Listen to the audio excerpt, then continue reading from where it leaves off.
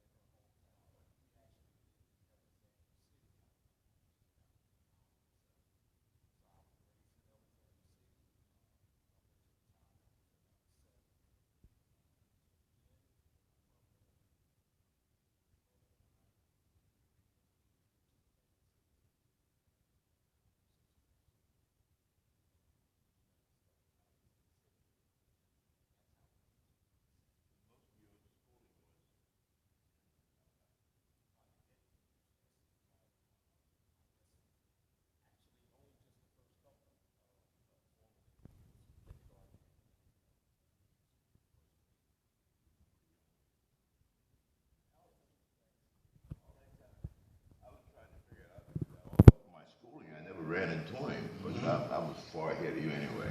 59, you were born? Yeah. Now, when I first met you, we both were members at Union Baptist Temple. Yes. How long were you a member at Union Baptist Temple, and what made you come to Second Baptist? Well, or did you have something in between? We joined Union Temple on our arrival here, and we came here in actually May of 1966. We came to Atlantic City. We joined Union Temple then, and I remained a member of Union Temple until actually I didn't join Second Baptist until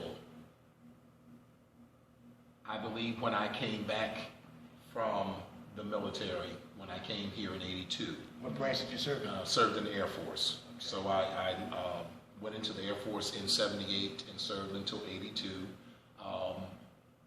We were stationed, I left this area in the Air Force, got stationed at Elmendorf Air Force Base, which is in Anchorage, Alaska. That's where I met Cynthia, her family. She's a military family.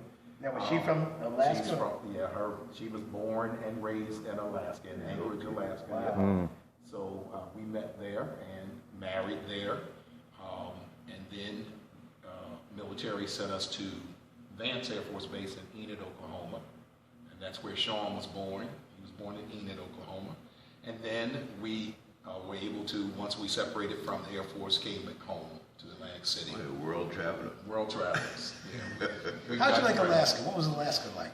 Anchorage is a beautiful city. It is. And I tell everyone, if you've ever had the opportunity to go to Alaska, go to Anchorage, you will thoroughly enjoy it.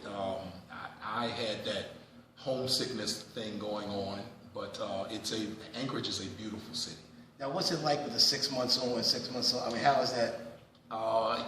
Pretty much since Anchorage is in the southern part of the state, you don't get the biggest extremes. However, you do after a period of time, especially in the summer in June, there is a period in June where the sun really does never set. And that's why they call it the land of the midnight sun. So you're there and you can be out playing tennis, as we often would do during that time. It was in my younger years, we played tennis and whatever. We'd be out on the tennis court at 11 o'clock at night. And it was fine without, just little dust there. So we enjoyed it. When did you start playing the organ? When did you get into the music business? I started playing piano, I guess I was 3 years old. And one of my mother's sisters, her name is Alice. My Aunt Alice started teaching me piano. I was 3 and knew that I wanted to play the piano from then on. So I started, I learned and continued. I took formal lessons, through some great piano teachers, instructors here in the Atlantic City area. My first teacher actually was Mrs. Henrietta Burks, who was the minister of music at Union Temple. Yep. And then after Mrs. Burks, my next teacher was Mrs. Mabel Bailey, which was her mother, and she was the former minister of music at Union Temple. Mrs. Bailey is who actually started instructing me in organ, classical organ, and then after that they both found me a lady by the name of Mrs. Marion Faber, who was a very accomplished pianist in Pleasantville area,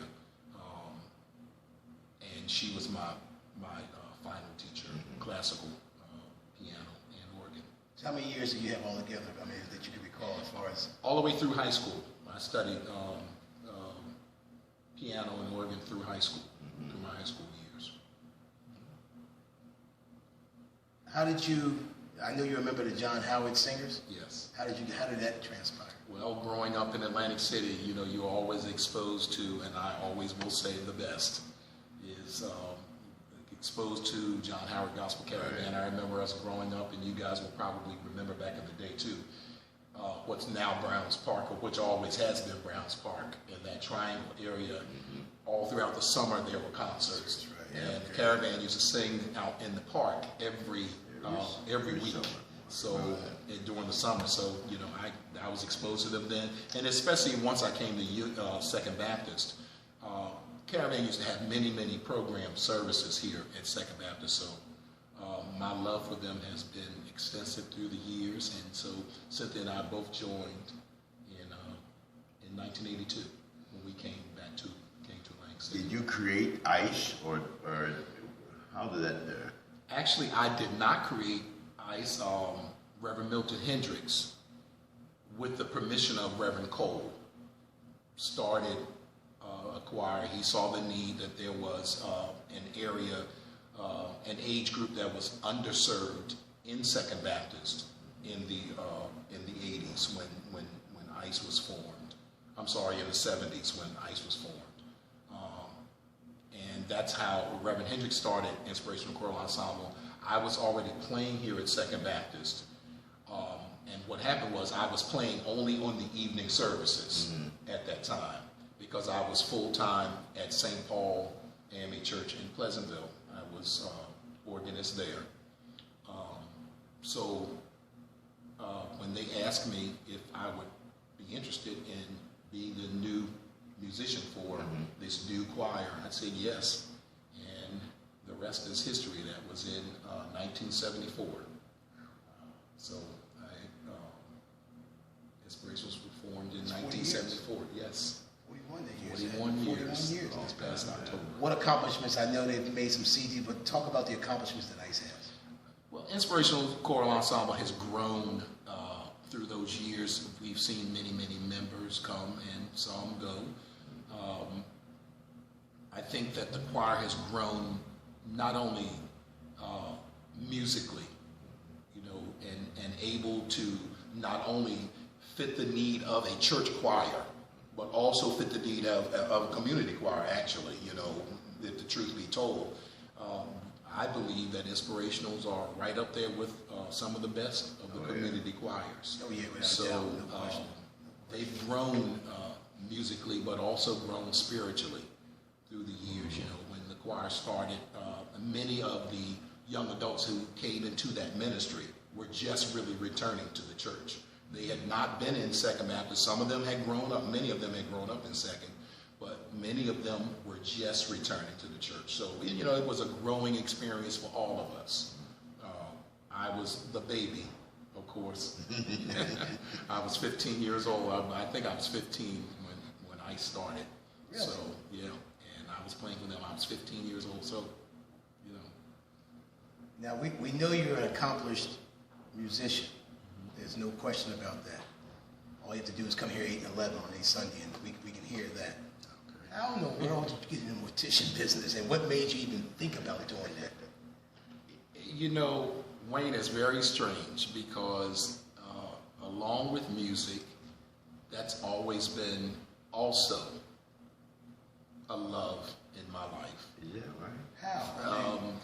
I think because I think the two went hand in hand with me because a whole lot of times I would go to, especially as a really young child, go to funerals, even when we were in Alabama, and because I had the love of playing for music and playing the piano, I would always gravitate to the instruments. So when we went to a funeral, to a viewing, I would always find myself close to that. So the two went hand in hand, and I guess we went to a lot of funerals. So I fell in love with the work and being around it, and I sought it out to be my one of my true professions. Did you have to go to school for it? Yes. I went to Mercer County Community College, which is in Trenton. They have a 3-year program, which I finished, and became licensed in, I believe I have to think back the years, in the end of 1990. December of 1990 was when I actually finished all of my testing, state testing, and the actual final test that I had to take, and then I was licensed as of 1990. Now, we know you worked for Greenwich for, I don't know how many years. I know you did my mom. 27 years. 27? 27 You years. did my mom and my father. Yes. Talk about something new in your life now. Well, what's new in my life has been a goal of many, many years, and prayerfully it's coming soon to fruition. We've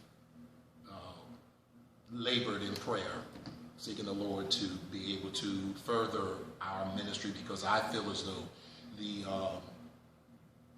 industry is a ministry to help people at the worst times, at one of the worst times of their lives. And those who know me know that I can attest to being able to go, having gone through that period where you can claim it being the worst time of your life when we lost Sean. Yeah. But so now comes a time where we feel as though our season is here, and hopefully, the Lord's going to bless us to be able to open a facility, open a funeral home shortly. And where will that be? So it's going to be in the Pleasantville area. Yes. Yep.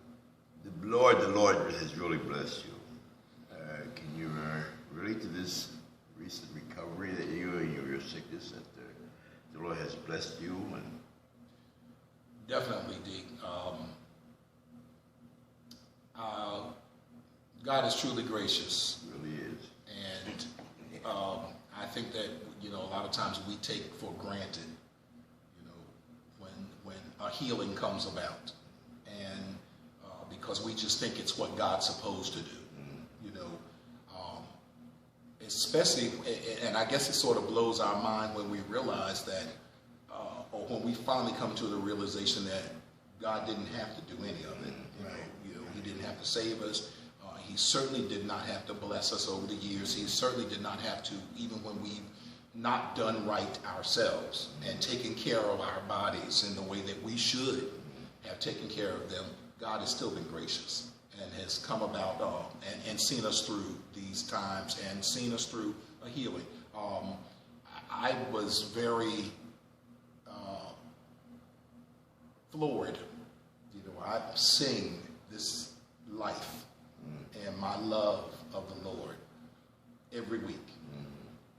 And I could never tell you all of that singing prepared me for what I was going to go through. I could tell you, I never knew that was what God was having me get prepared for. That, not only, when you suffer loss in your life, but even when you suffer personal illnesses, that, this is why you're going through this. This is why you're learning these songs. This is why you're ministering to other people.